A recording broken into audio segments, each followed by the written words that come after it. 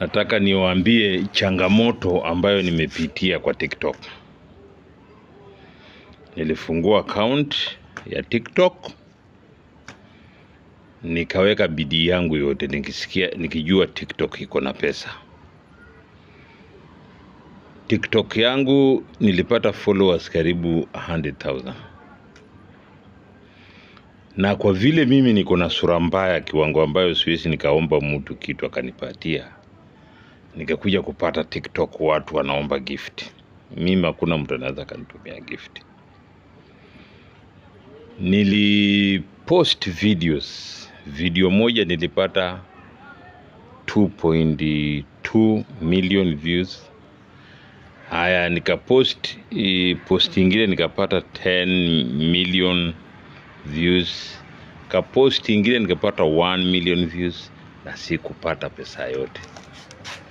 Nilijaribu kuingia live, nalipwa pesa kidogo, nikashindwa. Kwani TikTok watu wanapata pesa kivipi? Paka siku moja nikakuja kugundua dunia hii mzima kuna mataifa karibu 7 ndio TikTok inalipa. TikTok inalipa ukiwa na account ya Amerika, England, German, France, Italy, Spain, I think na Denmark kama gani. Okay, hizo mataifa 7 peke yake. Nilifanya bidii my friend. Nilifanya bidii mpaka nikapata account ya UK. Ndio kidogo saa hii roho imeanza kutulia. Naangalia graph kidogo inanipatia hope ya kupata pesa. Na ukiwa na account ya Kenya my friend, utapiga hapo hivyo ukiomba magifti hapo paka utachoka. Kupata kitu hapo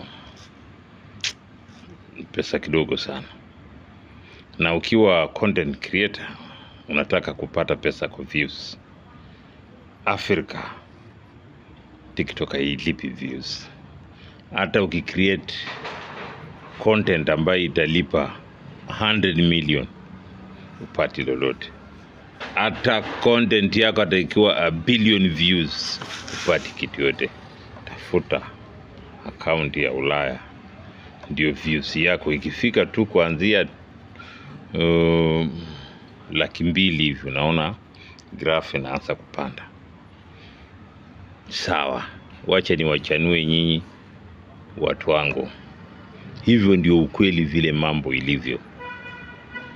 Ukitaka kujua, yenda kwa Google, uliza how much does TikTok pay for 1 million views. Utaambiwa na kwa yako umepata ngapi.